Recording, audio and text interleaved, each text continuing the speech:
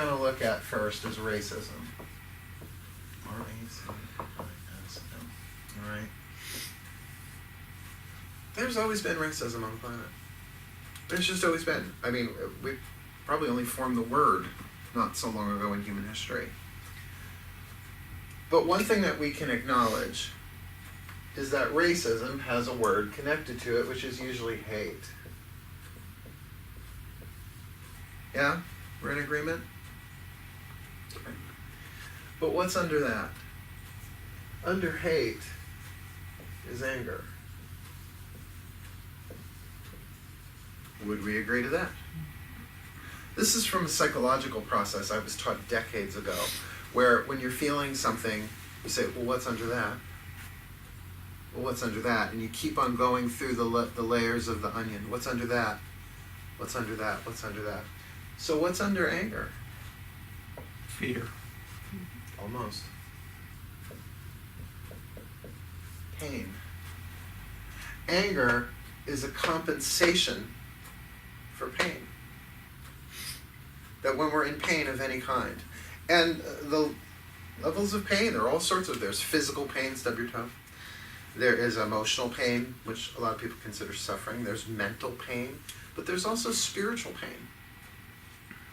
And what's underneath that pain, you're right, is fear.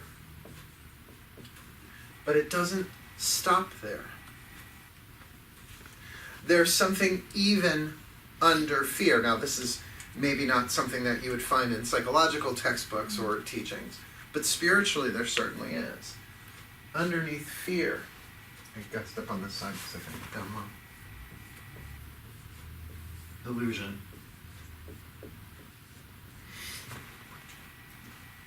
Fear is not a thing. It's an absence of something. It's the absence of love. An illusion is not a thing. An illusion is the absence of truth. When we're talking about that top word, though, racism, there's something very specific about racism. As I said, it's not new. It's actually rather ancient. I mean, you can go back millennia and find this tribe fighting this tribe, right? Even if it's all, isn't that funny? There's only one race, Homo sapiens, and yet how we split off. So keeping that in mind, we store within our energy system our racial identity, our racial programming, our racial lessons, our racial incarnational pain. You know, there is such a thing called racial pain. Yeah, as much as there's gender pain, that there is specific pain and suffering that's in the collective of the female, as well as there's some that's collective in the male. There is racial pain connected to every, I guess we could say, genetic race in terms of where you're born and color of skin and all of that stuff. Because think about it from the point of view of a spirit that chooses a soul to then incarnate. You're like, oh, I want to work on, I want to try and help heal that kind of pain, that kind of suffering. So I'm going to incarnate, there's class pain. Although we don't think of people in the high upper classes as having pain, oh, of course they do. The Kennedys are a really good example. Right? They called them Camelot. Camelot's not a fun story. There's a lot of pain and suffering in there. So in each life, we clothe ourselves in a particular illusion. And an illusion where we store all this stuff, it's the reason why I wore this color, we store it in the root chakra. The root. Which is at the base of your spine. It is your physical foundation. It's your physical power. And we belong to many tribes. Well, there's the human tribe. I mean, really, that's our race. What race are you? Oh, the human race, right? But then, like, okay, I'm a real Euro mutt.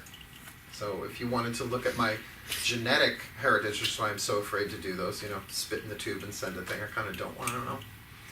Because I've got Sicilian, I've got Irish, I've got German, I've got Dutch, I've got Scottish, I've got English, I've got Canadian French. And my last name is Lyons, which refers to Lyon, Lyon, so chances are there were French people who came from Lyon, France, who immigrated to Ireland. So, Lord knows. So there's that level. Then we have I'm a New Yorker. I'm an American. There's another tribe. I'm from Suffolk County. There's another tribe. I'm from town of Islip, at least for now. There's another tribe. I work in Sayville. There's another tribe. Right? My people are Yankees fans. There's another tribe. I like rock and roll. There's another tribe.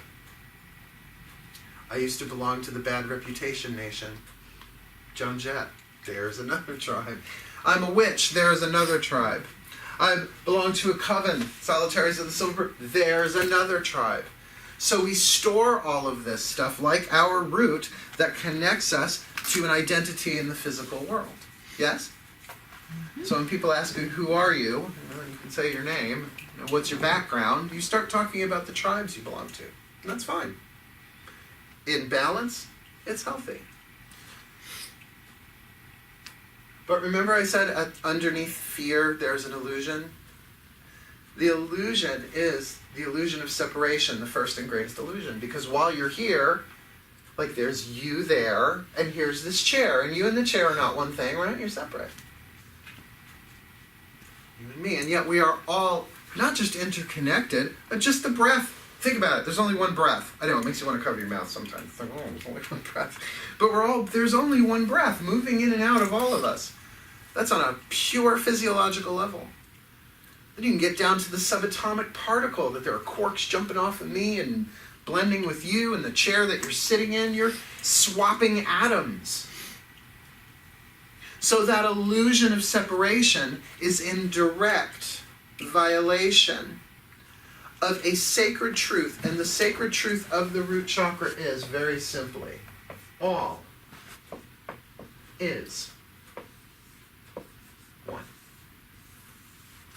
It's the most ancient, foundational, spiritual truth. It's literally what we sit on. It is the foundation of who we are. So, racism, hatred, anger, pain, fear, illusion. We're looking at a cause and an effect. The illusion being the cause. Racism and everything in between essentially being levels of effect.